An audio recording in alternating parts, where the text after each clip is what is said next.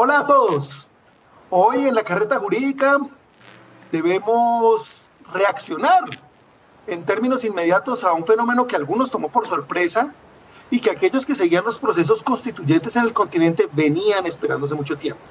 Tras muchas protestas y tras una alta tensión política, se ha convocado una nueva Asamblea Nacional Constituyente y por eso nosotros vamos a analizarlo.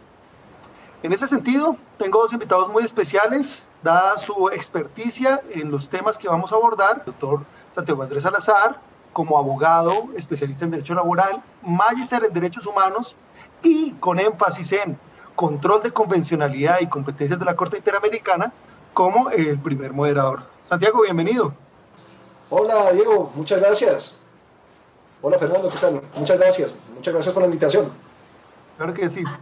Igualmente, el profesor Fernando Tovar, que es también abogado, magíster en Derecho Constitucional del Centro de Estudios Constitucionales, con énfasis en poder constituyente, por lo que también esperamos que sus aportes sean muy valiosos. Y Fernando, bienvenido, muchas gracias.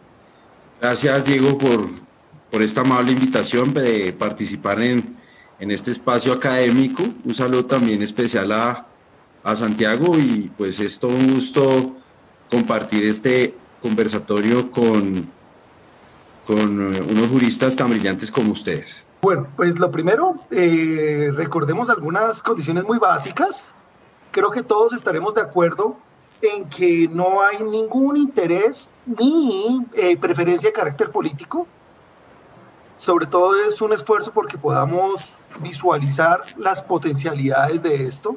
Es un caso muy interesante ponernos en la perspectiva del derecho colombiano, donde en algunas cosas, como en la pretensión del modelo económico, ha sido muy similar al caso chileno, y en otras, como en la estructura de un sistema constitucionalizado, pareciera presentar muchas ventajas. Al mismo tiempo que en lo que ha sido literal desarrollo y efectos de progreso, pues la brecha con el caso chileno es lamentable desde la perspectiva colombiana, si lo queremos ver de esa manera. Pero yo creo que justamente eso nos permite analizar las cosas por encima del maniqueísmo y de las polarizaciones.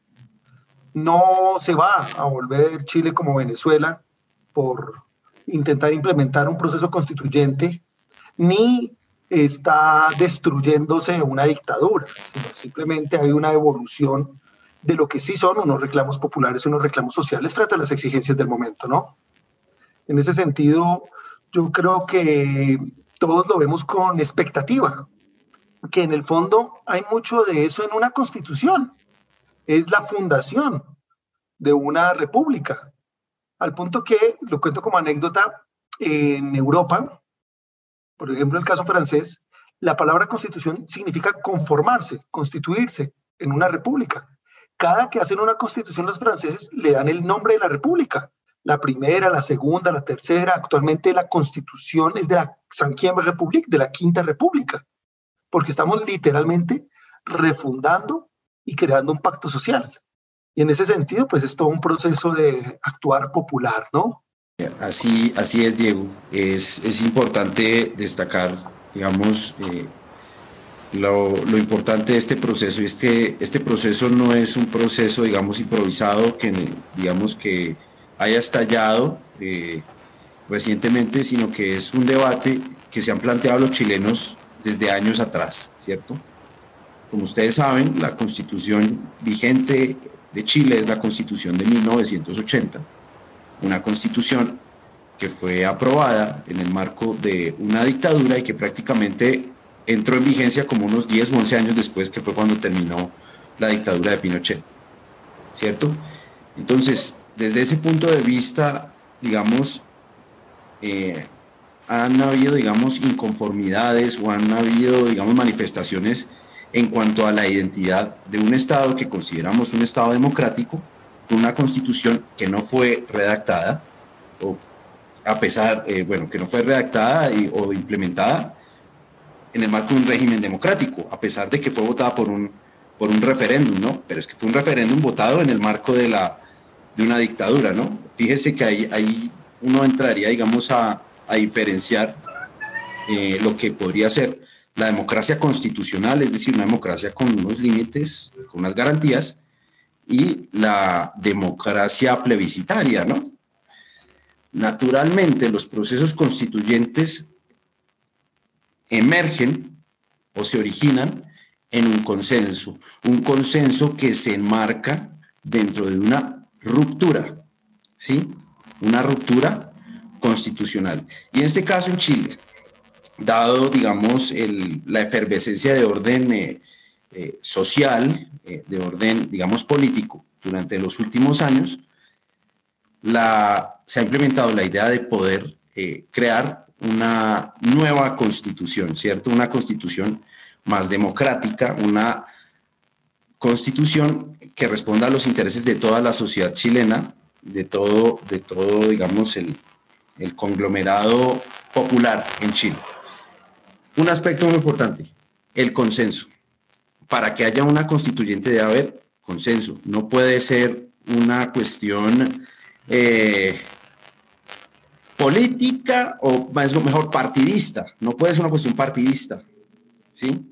Lo que pasó en Colombia en el 91 fue una cuestión de consenso de la izquierda y de la derecha. No fue que la izquierda atropelló a la derecha o viceversa, no, un consenso. Entonces, es importante señalar que la Constitución o que ese proceso constitucional que se inicia en Chile inicia de un consenso.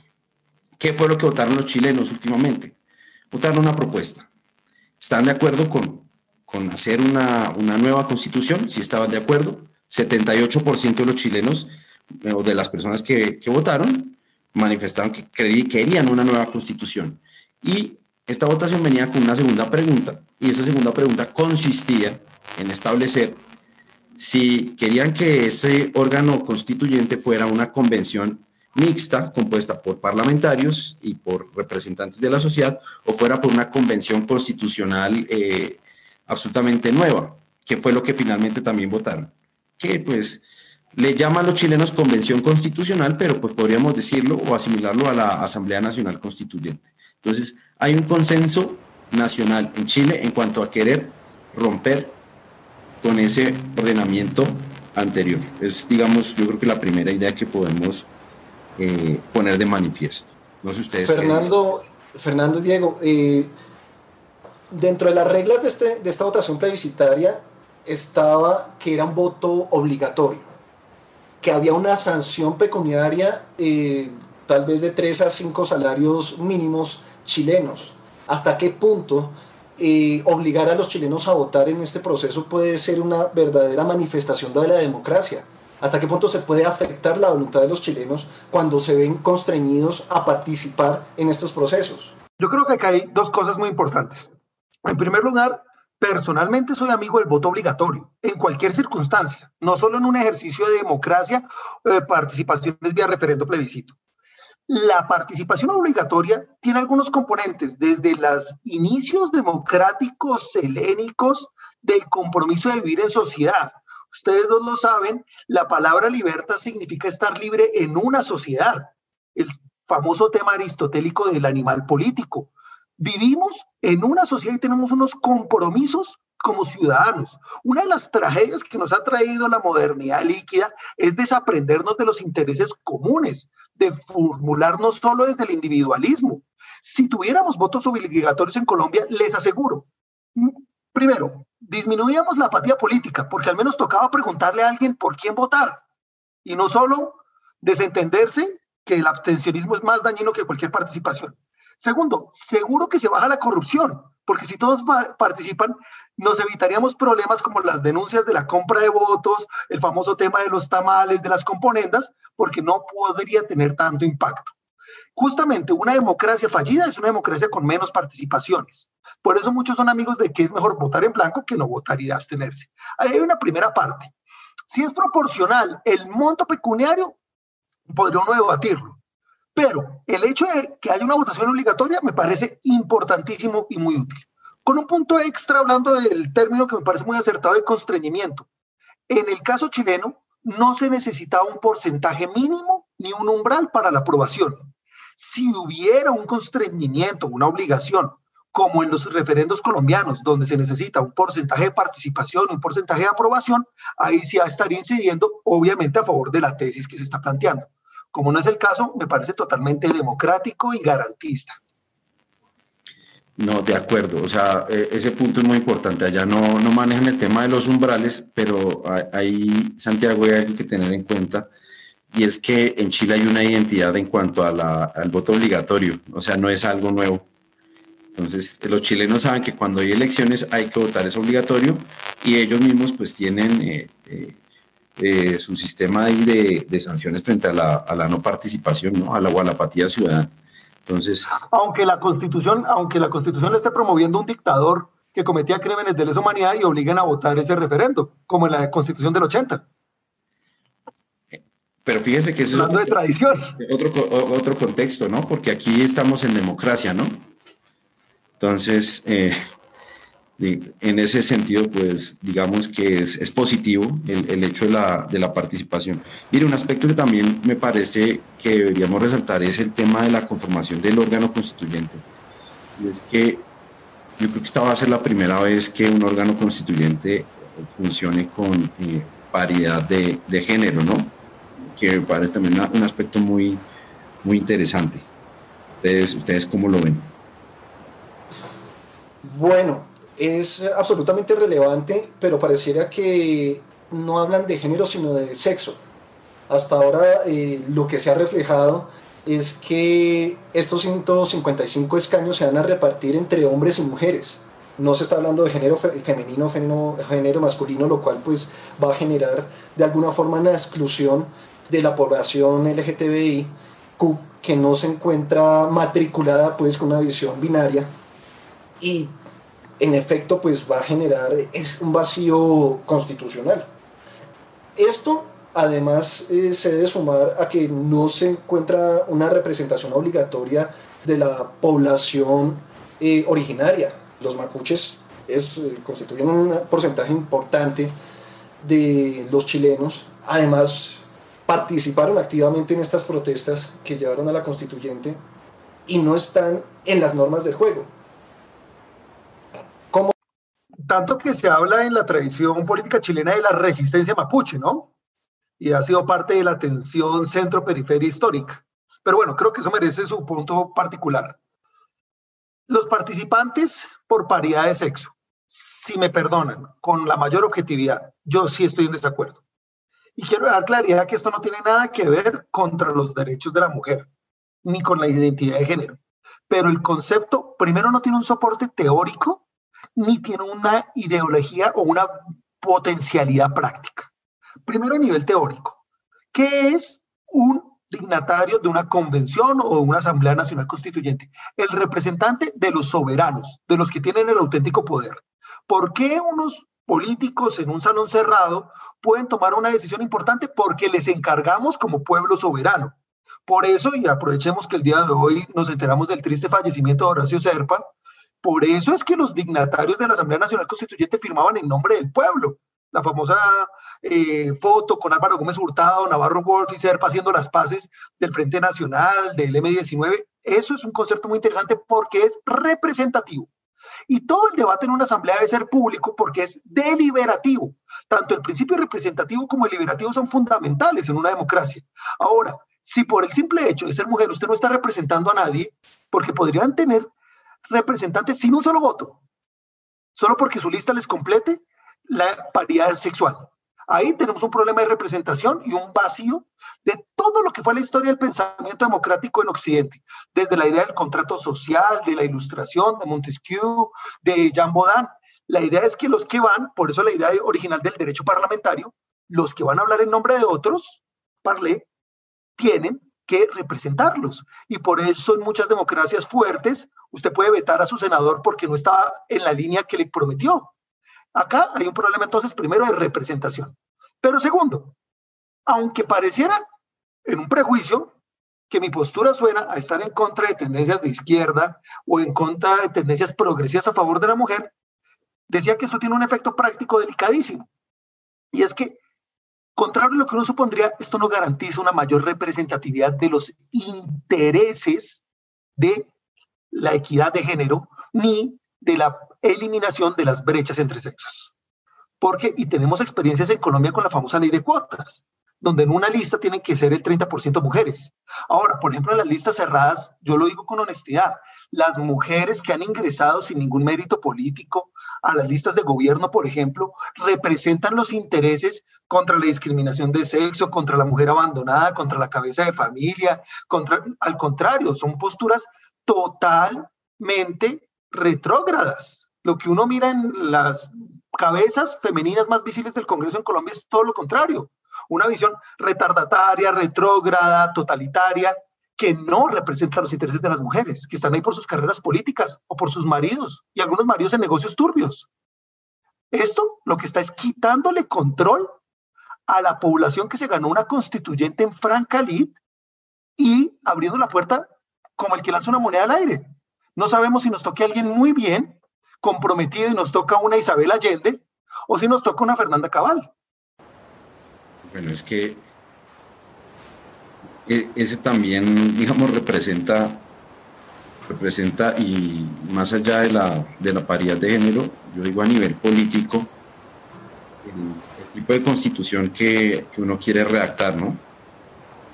Una constitución de avanzada, pues, naturalmente, o progresista, tendría que estar conformada por líderes, tanto hombres o mujeres, aquí andando, hombres, mujeres, o representantes de comunidades minoritarias, pero una tendencia política clara y marcada, ¿sí? ¿Cuál es el verdadero cambio que se quiere hacer en Chile? ¿Cuál es la inconformidad que llevó a decir la constitución que tenemos vigente no nos sirve? ¿Cuál es? Circunstancias, por ejemplo, relacionadas con el sistema pensional, ¿no? Que es principalmente de régimen privado. Yo aquí encuentro un punto frente a esta entidad, hasta qué punto la tendencia neoliberal, pues porque solamente es neoliberal, porque los principios liberales en esta Constitución del 80 parece que no están tan impregnados, o por lo menos culturalmente no están en la población chilena, dados pues, los antecedentes de las decisiones sobre aborto y libertades sexuales, sobre el tema del laicismo, etc. Pero hasta qué punto representa tan solo una ruptura en puntos concretos como los pensionales, pero hay una identidad neoliberal en el modo de ser chileno. ¿Hasta qué punto se puede replicar una constitución neoliberal como la que hay en 1980? Fíjese que ese debate es muy interesante, ¿no? Porque qué tal cambiamos de constitución a repetir lo que ya estaba.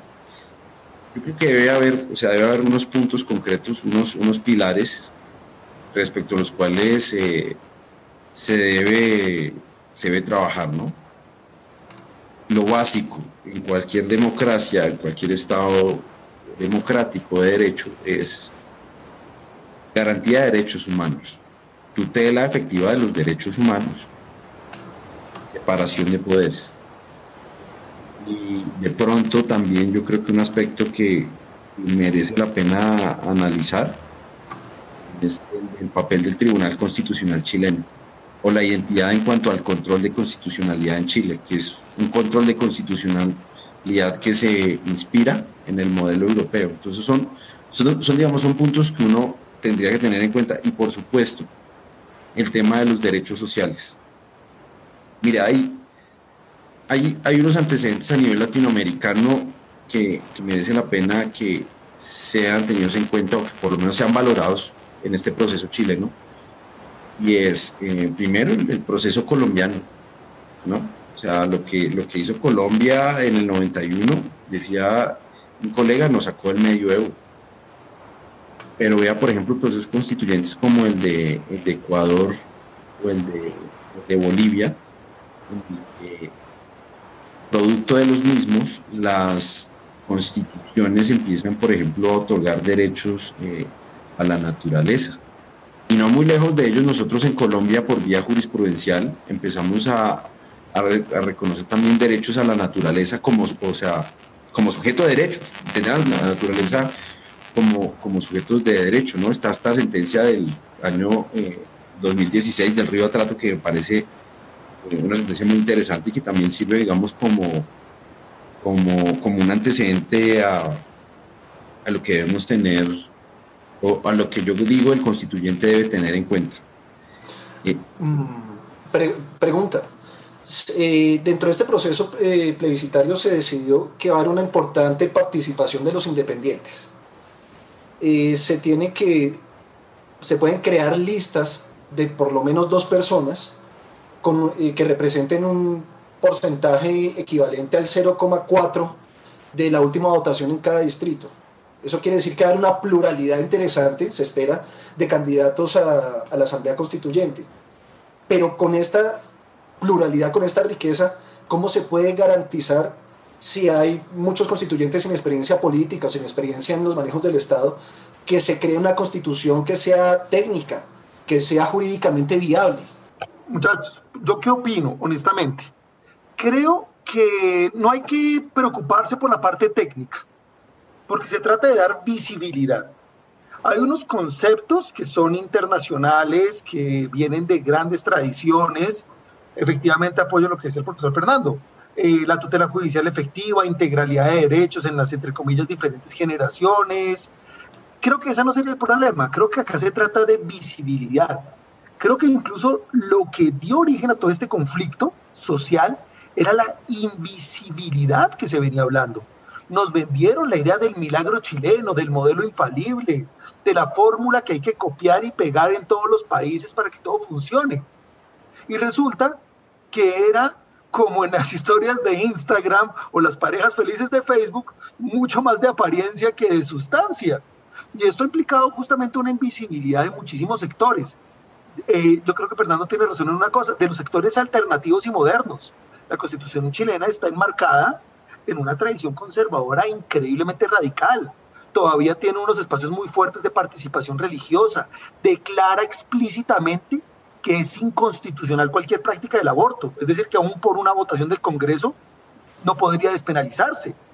Ha habido una reticencia muy fuerte frente al manejo de estupefacientes, en fin, que lo modificaron un poquito por el tema de la venta de insumos de marihuana medicinal, entonces cuando fue negocio ya quedó amainado.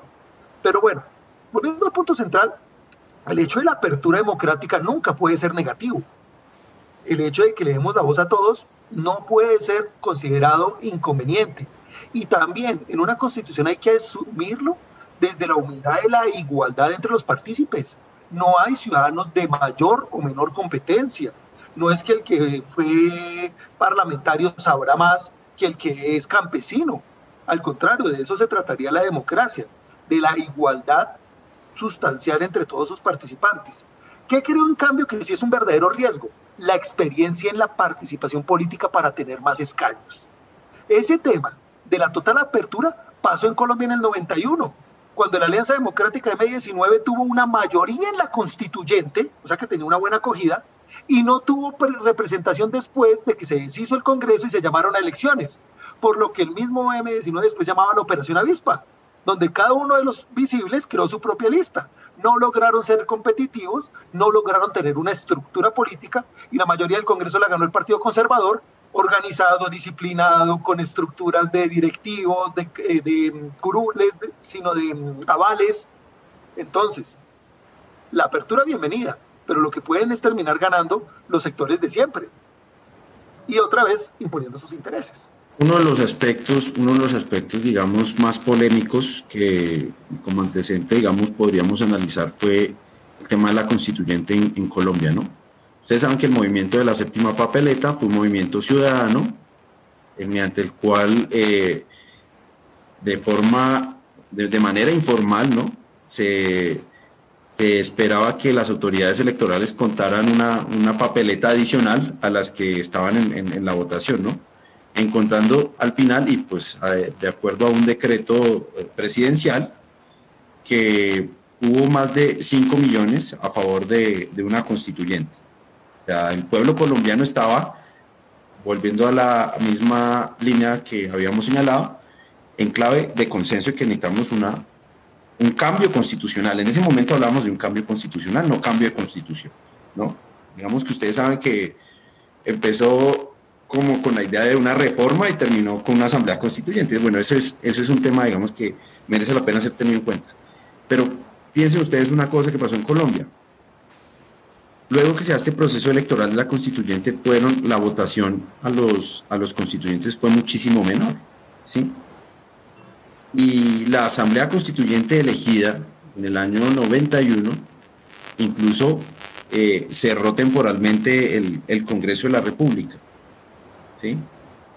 Entonces, frente a ese aspecto, digamos, ¿qué podría corregir Chile? ¿Sí? Hay que tener presente dos o tres momentos que se presentan en el proceso chileno, y en ese sentido yo creo que nos superan, y es que el primer momento es el momento en el que votan un plebiscito de si quieren o no quieren una constitución, que fue lo que sucedió recientemente, ¿de acuerdo? El segundo momento consiste en la elección del órgano constituyente, que eso va a ocurrir en abril del 2021, y el tercer momento va a ser la aprobación vía referendo también de la nueva constitución. Fíjense que Colombia no tuvo ese momento de aprobación de la nueva constitución, sino que se entendió que al momento de elegir al constituyente del 91 ya se le daba pues esa autoridad. ¿Ustedes qué opinan, por ejemplo, de esa situación? Yo creo que los chilenos como que arreglaron ese inconveniente que finalmente tuvimos los colombianos, ¿no? Porque en esa época se dijo cómo era posible que los constituyentes que tenían menor votación terminaran por cerrar el Congreso, así fuera temporalmente, porque de hecho fue algo mínimo, ¿no? Y finalmente tuvo que repetir esa elección del Congreso. Me parece positivo, además por la misma cultura chilena democrática, que como bien lo señalaba el profesor Fernando, pues implica el voto obligatorio. Vamos a ser parte de un pacto, pero entonces la pregunta es, si yo no quiero si no quiero participar, si no quiero ser parte de ese pacto constitucional, ¿por qué me van a obligar? Parece que sí hay una limitación de libertades serias ahí. No sé qué piensa el profesor Diego al respecto. Bueno, en materia de participación, es que creo que es un compromiso implícito en vivir en sociedad. Yo no lo puedo obligar a que viva en sociedad, pero si vive en sociedad tiene que vivir dentro de unas reglas mínimas de convivencia, de lo mismo. Es lo que llama uno a veces el extremismo libertario, ¿no? Salía Elon Musk lamentablemente insistiendo en que si la libertad de la persona no quería usar la careta, pues ¿por qué lo iban a obligar? Eso es una desproporción de principios. Ustedes saben que a nivel constitucional todos los principios tienen que tener la misma jerarquía. Como normas de máxima jerarquía de rango constitucional estarían en la misma calidad la vida, la integridad, la igualdad, la libertad. No puede usted poner uno por encima como normas, como norma absoluta, porque rompe ese equilibrio. Si uno pone la libertad por encima de todas, acaba de romper ese equilibrio constitucional. Entonces, ¿por qué me obligan? Porque tenemos unas condiciones de coexistencia que son muy importantes para el sostenimiento de la sociedad. Entonces, ahí estaría. No lo puedo obligar en una postura, no lo puedo censurar, porque ahí ya estaría desproporcionado en contra de la libertad. Y por eso utilizo el ejemplo de lo del tapabocas. Es que no es solo la libertad de la persona, está afectando y está desajustando todo. Con el tapabocas poniendo en riesgo la vida y seguridad de varios, porque se contagian son otros. Y con la participación democrática, porque es que justamente deja de ser unánime la participación. Desde el punto de vista teórico, y esto es muy rusoniano, el poder constituyente funciona de manera absoluta porque vincula a todas las personas. Y vinculando a todas las personas es la fuente de legitimidad del mismo. Era el esfuerzo de estructurar teóricamente la república democrática por sobre la teocracia. Y claro, uno podría decir que es un poco el fenómeno colombiano. Pues si no quiero, entonces que los demás manden. Pero ¿qué nos ha traído por diferencia eso? Ciudadanos apáticos, que otros voten, mayor cooptación de mafias políticas y, digamos, un perjuicio general contra una desproporción de un principio o interés o derecho individual. Entonces esa parte me parecería también como no dejarla de resaltar. Otro aspecto, que era lo que mencionaba ante el procedimiento, maravilloso que lo hagan en 3 partes, efectivamente debería haber una legitimidad de entrada y una legitimidad de salida, podría perfectamente improbarse la propuesta constitucional. El debate, si se tiene que votar artículo por artículo o en bloque, es complicado, era el mismo que en el plebiscito de la paz en Colombia. O si se presentan alternativas frente a un mismo articulado. O se presentan alternativas, uno diría, bueno, queda quimérico, queda todo en desorden, pero es que técnicamente una constitución es una antinomia en sí misma. Son principios que todo el tiempo van en vías diferentes y se intentan justamente armonizar, pero sí generan consensos sociales.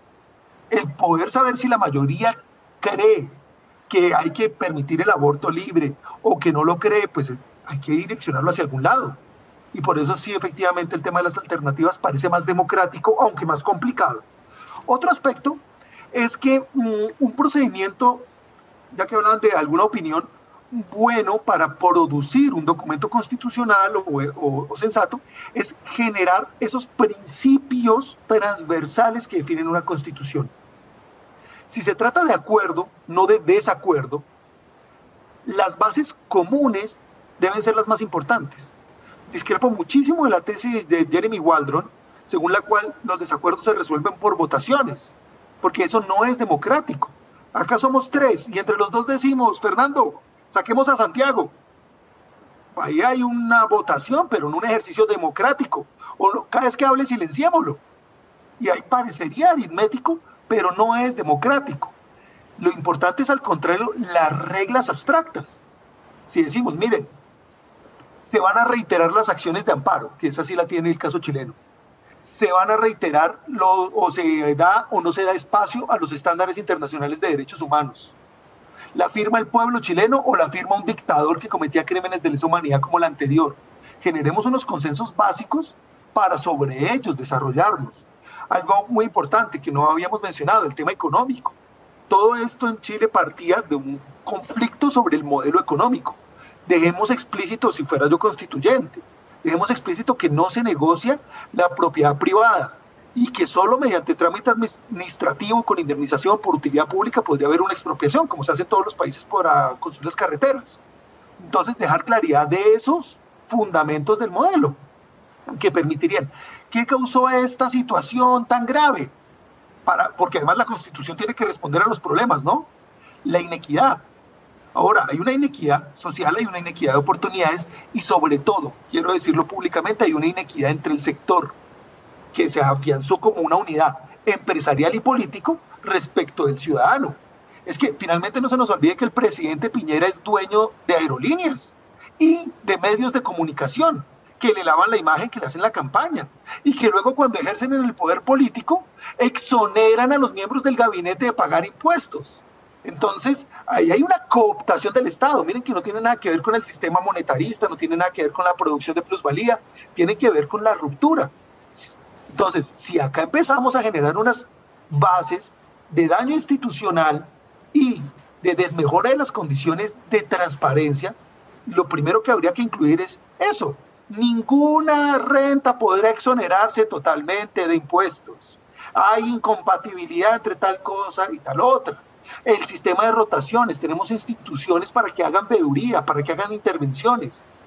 ¿Cuál es el problema? Esta fue una constitución hecha por una dictadura y era altamente centralizada. Y aunque no lo hayan hecho en dictadura, pasa en los otros casos en Latinoamérica. Nuestros sistemas son muy presidencialistas. Todo pasa por una figura. Y cuando la figura es buena, a veces les va bien. Y cuando la figura es mala, pues hay que ver qué pasó en Venezuela. Entonces, el hecho es que hay que distribuir el poder. Y hay que crear más visibilidad de los demás órganos del poder público. Y hay que crear más visibilidad de los órganos territoriales. Ojalá con federalismo auténtico y no solo de papel como terminó pasando en México o en Argentina. Entonces sería mi propuesta de un procedimiento constituyente material. ¿Hay veeduría internacional en este proceso constituyente? La verdad no estoy enterado. ¿Hacen algún llamado, no sé, algún organismo de la OEA, de la ONU, etcétera? Lo hubo durante las protestas. Incluso fue a través de intervención de la Comisión Interamericana que salieron los videos que veíamos después de los mismos, ellos no tienen gendarmes, sino, bueno, no caballería, bueno, de la policía, rompiendo los centros comerciales, etcétera. Y lo hubo mucho durante la votación, pero no creo ni que lo haya ni que deba haberla en el proceso de producción de la Constitución misma. Porque la idea es que nuestro sistema, bueno o malo, parte de que las constituciones son de orden nacional, y una intervención extranjera o internacional me parecería ilegítima. Bueno, y otro aspecto que me parece muy relevante que se aborde es, o más bien un cuestionamiento. Vea que todas esas, digamos, cuestiones que planteó Diego en cuanto al manejo económico, yo creo que son discusiones que se pueden dar en un escenario democrático, no necesariamente un escenario constituyente. Pues mi pregunta es, ¿se agotó el escenario democrático y el escenario democrático no funcionó? ¿Las instituciones no funcionaron? Como no funcionaron, entonces nos tocó cargarnos todo y montar un nuevo Estado. Qué buena pregunta, y me parece una muy buena lectura. La mayoría de problemas yo sí creo que los hubieran podido resolver vía parlamentaria.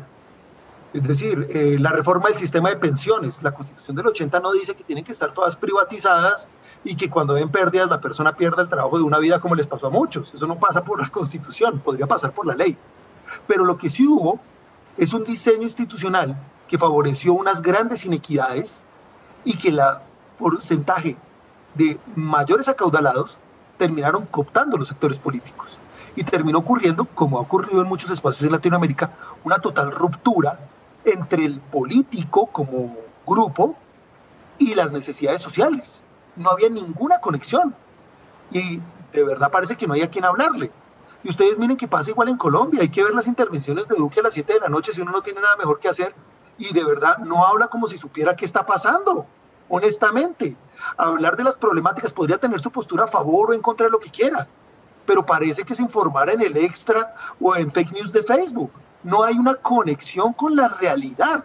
Y entonces si decimos en el caso colombiano, oiga, qué situación tan dramática la de tantas empresas con el COVID. ¿Quiénes son muy golpeados? El sector hotelero, que tanto que decíamos que era un país turístico, ¿no? Listo, sector, mandémosle la ayuda a una empresa panameña como Avianca. ¿Qué clase de desconexión? Las ayudas no tendrán que pasar por un proceso constituyente, pero la reconfiguración de la nación como unidad política, sí.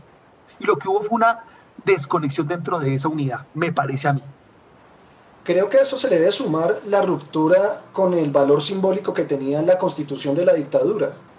Porque es posible, como lo hablamos en el segundito que usted se desconectó, que la ideología, o mejor, la forma de ver el mundo neoliberal haya impregnado de todas formas fuertemente gran parte de la población chilena. Ellos indudablemente estuvieron mucho mejor que los demás países de la región. Y precisamente que hayan elevado esos estándares de vida fueron lo que les permitió de alguna forma tener la cultura constituyente que se vivió en este momento.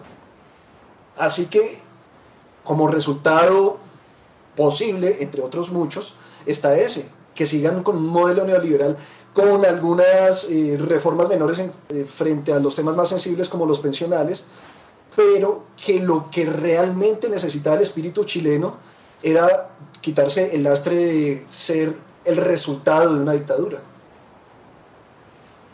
Esa es una excelente reflexión, es que esto no es negación del pasado. Y hablando de la materialización de la convicción popular, eso es lo que llaman el Volksgeist, el espíritu del pueblo, ¿no? Podría ser una excelente oportunidad de reiterar un modelo y hacerlo funcionar con justicia. Y eso sí sería interesante. Miren, cosas por las que duró finalmente tanto tiempo siendo una potencia en los Estados Unidos, hay cosas que funcionan. No es necesario enumerar lo malo, eso se sabe, pero hablando de las cosas que funcionan, el federalismo es muy importante para que una sociedad sea sostenible y haya equilibrio entre el centro y la periferia. Y la diferencia entre el interés público y privado es muy importante. Hay leyes explícitas de carácter federal en Estados Unidos donde el ser banquero lo inhabilita para actuar en política. Perfecto. Entra a la banca, vaya a Wall Street, bienvenido, pero usted no puede después estar saltando, como pasa en algunos países tercermundistas, de sector público a sector privado porque lo recomiendan y le hace lobby. Y usted ni es bueno en el sector público ni bueno en el sector privado, pero está a cargo de los dos. Entonces, esos fundamentos para hacerlo funcional son muy interesantes. Claro, entonces no vamos a privatizar, no vamos a expropiar, no vamos a cambiar el sistema. Bienvenido sea y hagámoslo funcionar. Yo creo que no es coincidencia que le haya estallado, porque esto se habló durante décadas, tanto que la protesta iniciaba así, ¿no? No son 30 pesos, sino 30 años. Pero le estalló a Piñera y no me parece coincidencia. Había sido condenado por uso de información privilegiada y sin embargo es elegido presidente de la República con experiencia en el sector mercantil. Entonces, cuando ya hay una desconfiguración de la estructura democrática, hay que pensar en que las cosas hay que ajustarlas. Y bueno, miren ustedes cómo pasó en 4 años Estados Unidos de ser invencible y omnipotente a ser una burla por estar saltando del sector empresarial y televisivo a la alta política. Y eso sí me parece importante reevaluarlo. Ahora, aquí hay que decir otra cosa. Tampoco creo que pueda ser, con honestidad, la versión 2.0 del modelo chileno. Es decir, lo que está funcionando perfecto, pero ahora vamos a engranar la maquinaria y ajustarla. Porque acá hay un problema.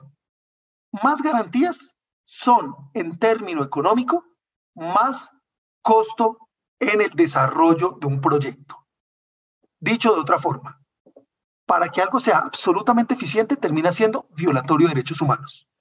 Si quieren plantear una constitución más garantista, sí encarece los procedimientos. Digan ustedes, por ejemplo, ¿cuánto no le sube a una empresa hacer un estudio de impacto, una consulta previa, en tiempo, en dinero? Eso encarece los procesos.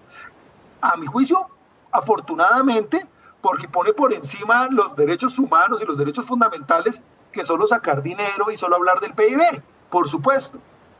Pero sí encarece el procedimiento, honestamente. Y tampoco habría que vender humo, en que ahora todos van a tener autos último modelo y al mismo tiempo educación y salud pública, ¿no?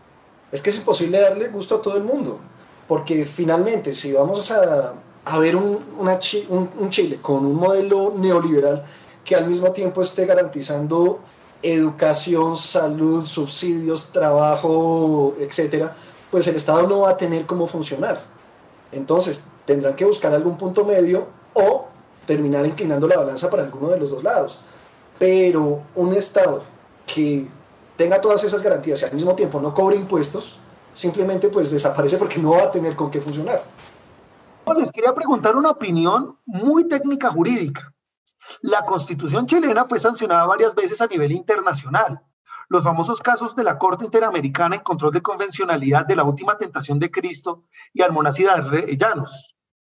No sé si, independiente del rediseño del modelo económico, si podamos hablar de un progreso en materia de derechos humanos reevaluando esas inconvencionalidades.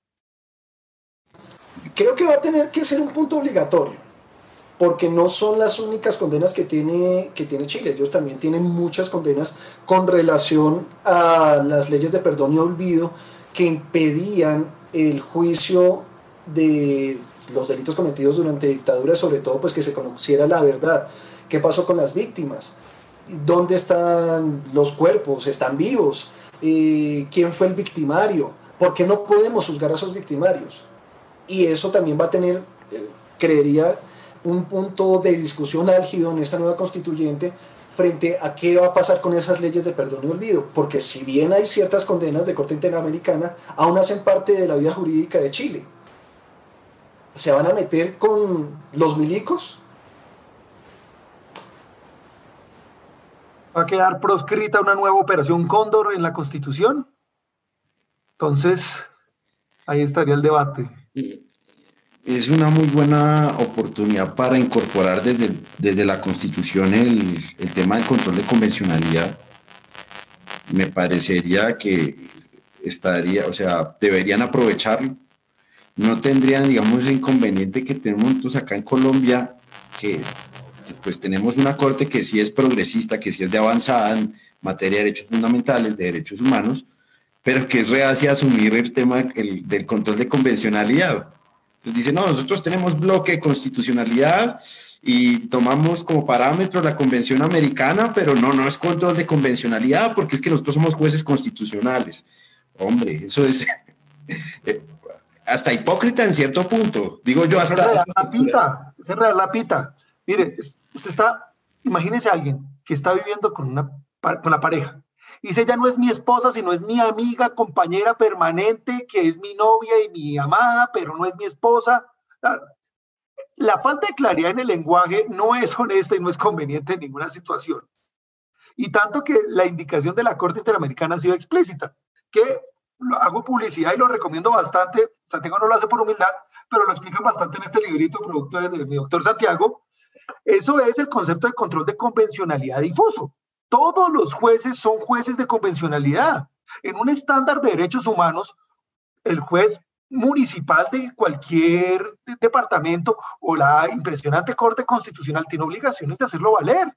Y si hay un acto o una norma de censura, que era el famoso caso de la última tentación de Cristo contra Chile, ¿qué debería hacer un juez? ¿Prohibir esa conducta o la ley que lo hace, etcétera? No puede un juez decir que no viola derechos o que ve una violación de derechos humanos y no hacer nada. Es completamente inconcebible con un sistema cimentado en la dignidad humana, por definición. Ahora, cuando la Corte dice que no, lo que hace es confundir al operador judicial, ¿no? Y en ese sentido sí sería muy importante, en el caso colombiano, aceptar explícitamente la calidad de control convencional difuso como algo concurrente al control de constitucionalidad. Y justamente, volviendo al caso chileno, es una oportunidad muy importante de establecer una verdadera jurisdicción constitucional. Entonces, en ese sentido, realmente hay que resaltar que el Tribunal Constitucional no ha funcionado en Chile como una Corte Constitucional. Me alegra mucho que haya funcionado el Ministerio de Relaciones Internacionales, puertos, etcétera. Me alegro por ellos. Pero en materia de Tribunal Constitucional es casi lo inverso que el caso colombiano, donde el Ejecutivo no toma su trabajo, pero la Corte Constitucional sí. Y en ese sentido, decía el profesor Atria, que básicamente es otra cámara, donde se llega por concurso político, no por méritos, y se debate con el interés político de turno, al punto que el 60% de los magistrados del Tribunal Constitucional chileno, dice el profesor Atria, cito, han salido todos del Palacio de la Moneda. O sea que usted sale de estar en el Ejecutivo a controlar las decisiones del Ejecutivo. Esto no tiene ninguna presentación, honestamente. Y efectivamente, si nadie controla esto, pues no es coincidencia que después termina siendo una Corte Internacional la que va a juzgar las omisiones del Estado frente a acciones y normas, repito, que violan derechos humanos y derechos fundamentales.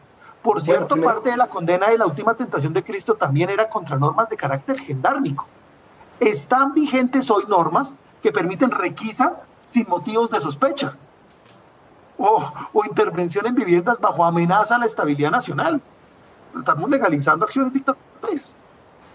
Bueno, Diego, primero gracias por la cuña, no la esperaba, pues qué alegría. Y en segundo lugar, pues también va a quedar la duda qué pasa cuando la Constitución, la nueva Constitución, vaya a vulnerar normas convencionales. Es algo que tienen que estar revisando desde ya ese constituyente. Y de hecho ya existen antecedentes en Corte Interamericana, el caso Boyce contra Barbados, en el cual la Corte Interamericana ordenó un cambio en la Constitución, que hasta hace poquito realmente se concretó, porque en ese momento estaban incluyendo la pena de muerte en contra de la prohibición de regresividad en materia de derechos humanos. ¿Y qué va a pasar con esta nueva Constitución que esperamos que sea progresista y que sea respetuosa de los derechos humanos cuando tenga alguna cláusula inconvencional? Yo esperaría que no tenga cláusulas inconvencionales, o sea, tienen la oportunidad, ¿no? Digo yo. Mire, yo sé que de pronto me estoy a veces remitiendo, pero es que, bueno, todos, acá los tres somos colombianos, somos abogados colombianos. Mire que no sé hasta qué punto, por ejemplo, la acción de pérdida de investidura en sede interamericana se pudiera sostener,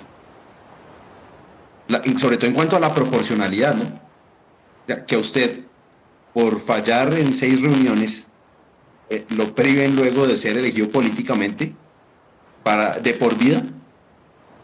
Pero eso es absolutamente inconvencional. Lo que pasa es que yo creo que no han llevado ningún caso allá o no conozco yo un precedente, pero en Colombia tenemos casos en los que por lo menos ha habido una interpretación inconvencional de la Constitución. Fíjese lo que pasó con el caso Petro contra Colombia. ¿Sí?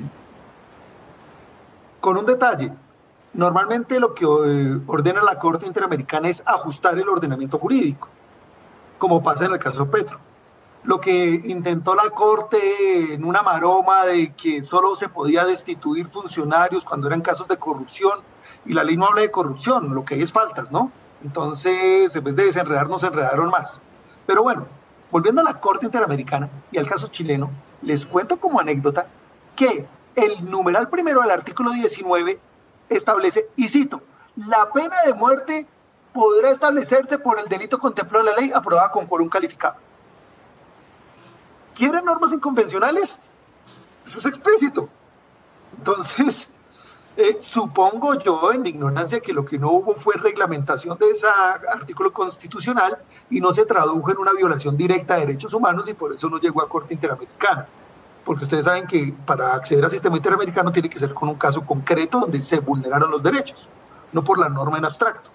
Pero en materia normativa hay un artículo súper inconvencional. Entonces, efectivamente, mis doctores, ahí sí, por sacarlos un momentico del tema convencional y técnico.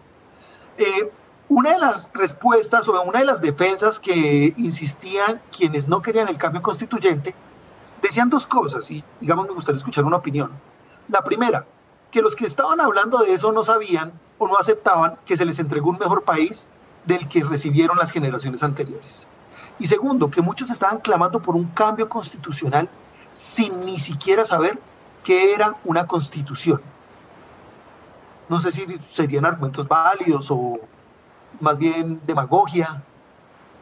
No, parece que es mera demagogia. Es la idea de hacer las cosas supuestamente bien durante 100 años sin una sola crítica, y cuando llega el nuevo modelo nos damos cuenta que se hicieron mal durante esos 100 años y que pues merece darle la oportunidad a nuevas formas de ver el mundo. En efecto, la ventaja del voto obligatorio en cada uno de estos ámbitos implica un conocimiento, por lo menos la curiosidad. Si a mí me van a sancionar por no votar, necesitaré estudiar y saber qué es lo que voy a votar, qué es lo que me conviene, y además pues es un proceso constitucional que fue producto casi que de un parto social. Es que las protestas no fueron de una semana, las necesidades que fueron denunciadas allí tampoco fueron menores. El hecho de la desigualdad social en la cual una persona lleva 40 años trabajando y de repente no tiene ni siquiera un salario mínimo para subsistir porque la pensión no le alcanza, es un tema que realmente tocó los nervios de esa sociedad. Creería yo que sí hay un verdadero interés y que dependerá pues obviamente de la formación de cada ciudadano, tener un punto de vista más o menos profundo, pero en todo caso va a ser crítico frente a lo que se va a votar. Mire, yo creo que es un argumento, pero no es un argumento convincente. O sea, mejor país sí, pero y es lo que usted decía, bueno, en el marco de una dictadura de pronto hay cosas que pueden marchar mejor que en una democracia, y sobre todo desde el punto de vista económico. Eso no es muy moral, por lo menos, desde el punto de vista, no es moral, no me parece. Bueno, no estaría cimentado en la dignidad humana decir que el PIB está bien, pero entramos a un estadio de personas a torturarlas. Por supuesto. Pero yo me remito a los resultados de la votación. Es que la votación fue absolutamente contundente. 78% de los chilenos están de acuerdo en cambiar de constitución. Y fíjese que esa representación, ese 78% representa también tanto sectores de izquierda como de derecha, ¿cierto? Entonces, yo creo que hay un consenso, pues bueno, no un consenso, pero hay una mayoría, porque consenso sería el 100%, ¿no? Pero hay una mayoría muy significativa que dice la Constitución de 1980 ya no nos identifica hagamos algo, hagamos una constitución nueva, ¿sí? Y con base en esos resultados, pues creo que el pueblo chileno está totalmente legitimado para hacerlo y para crear su nueva constitución. Además, que yo personalmente creo que el disenso es una garantía de un consenso mayor. ¿Qué democracia obtiene el 100% en algo? ¿No? Entonces, también el que haya un espacio para el que estaba en contra, que ahorita además puede participar del proceso constituyente, puede reivindicar lo que cree del mismo, pues es absolutamente bienvenido. Y yo quiero rescatar una cosa que veo implícitamente un consenso entre los tres, y es que esto no necesariamente reevalúa el modelo de desarrollo, sino que pide es subir los umbrales de respeto por los derechos humanos. Entonces, claro que podríamos tener ahí sí una auténtica mejoría de los dos mundos. Y estas protestas que bien mencionaba Santiago dejaron ver algunos problemas estructurales que merecen reforma. El hecho de los famosos abusos policiales, de tanta denuncia donde apuntaban a la cara, a sacar los ojos, etcétera, no es coincidencia. Esto viene de las formaciones y de los entrenamientos y de las órdenes. De lo mismo que hablamos en alguna ocasión, el hecho de que en Colombia, cuando hay una protesta, le den armas a policías encubiertos para que disparen, eso no es una manzana podrida. Hay toda una estructura que todo se traduce además normativamente, ¿no? De leyes, actos administrativos, órdenes y similares que hay que reevaluar. ¿Y saben qué? El hecho de romper el espíritu anterior para hablar de un nuevo consenso es muy importante, porque se trata de superar esa dicotomía de la Guerra Fría, en donde solo hay dos opciones, y es capitalismo salvaje, donde usted es libre, pero es libre de morirse de hambre, o socialismo, donde le garantizo todo, pero si está en contra, se va y lo ejecuto. Y también hay que superar la lógica que nos impusieron desde la Unión Soviética y los Estados Unidos respectivamente del enemigo interno. No podemos seguir viendo latinoamericanos matándonos fuego adentro. Nunca tuvimos guerras internacionales, pero todo ha sido represión hacia adentro. Entonces, reevaluar esa concepción de sociedad sí es una evolución definitivamente. Y bueno, lo intentamos, lo que pasa es que hubo otros fracasos por otros lados y en algunos frentes se había hecho algo con justamente la Constitución del 91 en Colombia. Por eso era explícita la declaración del Estado Social de Derecho, que en el fondo es lo que cualquiera aspiraría para su sociedad. Y en efecto, pues si hay un interés incluso por parte del mismo Estado para que la gente se preocupe, no solamente a partir de este voto obligatorio, sino que se dio un fenómeno curioso frente a la financiación de las campañas. La campaña por la asamblea, por el tipo de constituyente, tenía restricciones económicas, pero no en redes sociales. Usted podía meterle la plata que usted quisiera a las redes sociales para una u otra postura, lo cual pues dice mucho de las nuevas democracias, de los nuevos foros, de dónde se están discutiendo realmente las cosas que les interesan a los pueblos. Y de dónde se defrauda una democracia, porque finalmente con una compra de información personal de Cambridge Analytics, usted organiza el discurso individual para cada sector, le hace llegar la publicidad en Facebook y lo manipula como quiera. Y por eso las denuncias en su respectivo momento de la campaña Trump o de la campaña del no por el plebiscito de la paz en Colombia, donde los mismos de la campaña afirmaban orgullosos que habían segmentado a la población y le habían dicho la mentira que más se acomodaba para su interés. Y por eso el jefe del no en Colombia, que era Vélez Uribe, decía: a los pensionados les dijimos que se va a quitar la pensión, a los niños les dijimos que íbamos a meter a los delincuentes a estudiar con ellos, y respectivamente a cada uno. ¿De cuál? Del foro que construyeron, efectivamente. Y si no pensamos un poco mejor lo que son los manejos de información personal y masiva, no podemos mejorar como sociedades, definitivamente. Miren, bueno, yo quería... una moción, pero obviamente le doy primero la palabra a mi profesor Fernando, por favor. Creo que ya no sé, seguimos en el tiempo, ¿no? Yo no sé. Sí. Y obviamente estos temas dan, porque además todo está conexo, ¿no? Acá podemos hablar de si es un derecho humano o no la salud, de si debería ser toda la educación pública o si el sistema mixto, etcétera. Todo se puede profundizar y lo merece, efectivamente. Otros temas paralelos de mucho interés que ojalá podamos tratar en el futuro, también les quería mencionar, ¿no? Ha habido ya una exigencia de reaccionar ante la coyuntura del COVID en todos los países. También, hablando de política internacional, hubo simulacro de elecciones en Venezuela hace poco. Bueno, hace 8 años también, pero uno que parece que en este caso sí también hay un esfuerzo de hacer la transición democrática. Hay varios movimientos en la Unión Europea. En Inglaterra es muy interesante que parece haber tenido un efecto rebote el Brexit. Entonces, vamos a ver. Y por supuesto, elecciones en Estados Unidos, donde parece algo muy parecido. Hay una fórmula que se va a seguir repitiendo, lo que llaman el gobierno permanente, pero también hay unos efectos simbólicos, culturales, de ese espíritu popular que definen bastante. Y yo la verdad les agradezco muchísimo el espacio, la participación, que compartan sus posturas, que hagan público su bagaje para que todos aportemos cada uno humildemente en lo poco que puede, porque eso es participar democráticamente.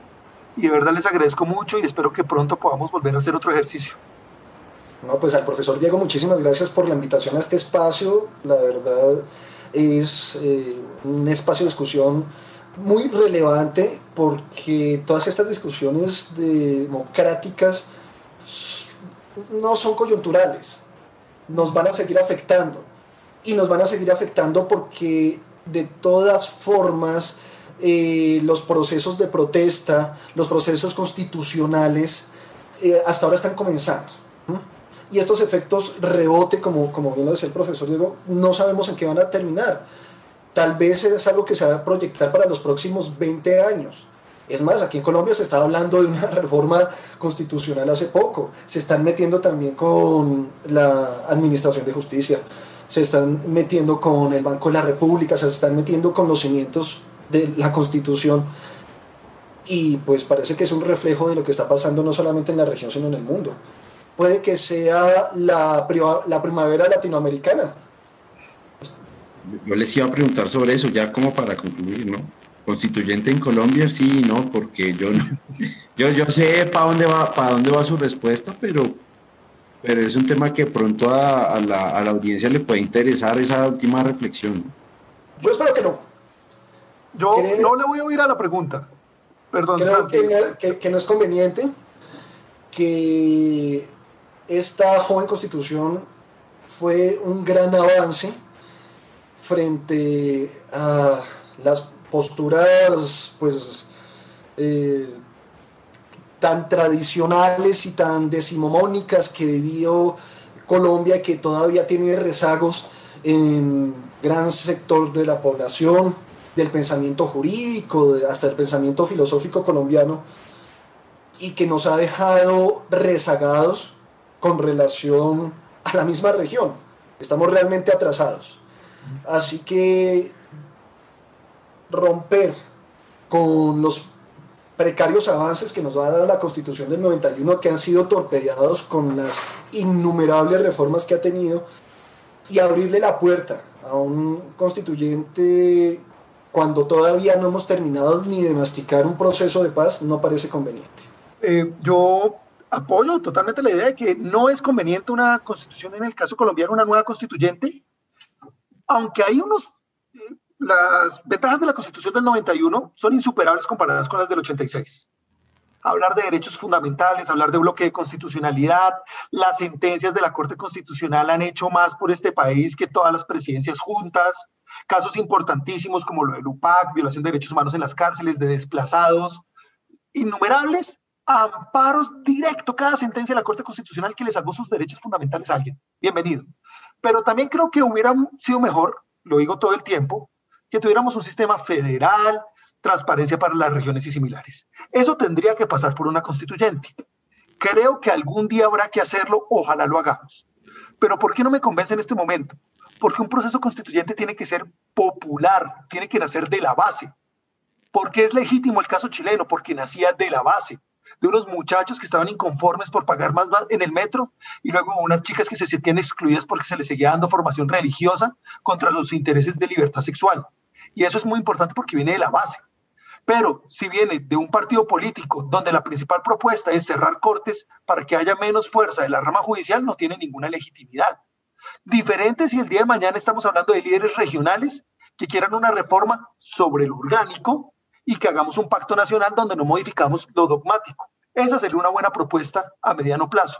Pero las propuestas que tenemos hoy, la verdad, aparte de estar cargadas de sofismas, no se traducirían en algo sustancial y no es ni popular, ni republicano, ni democrático.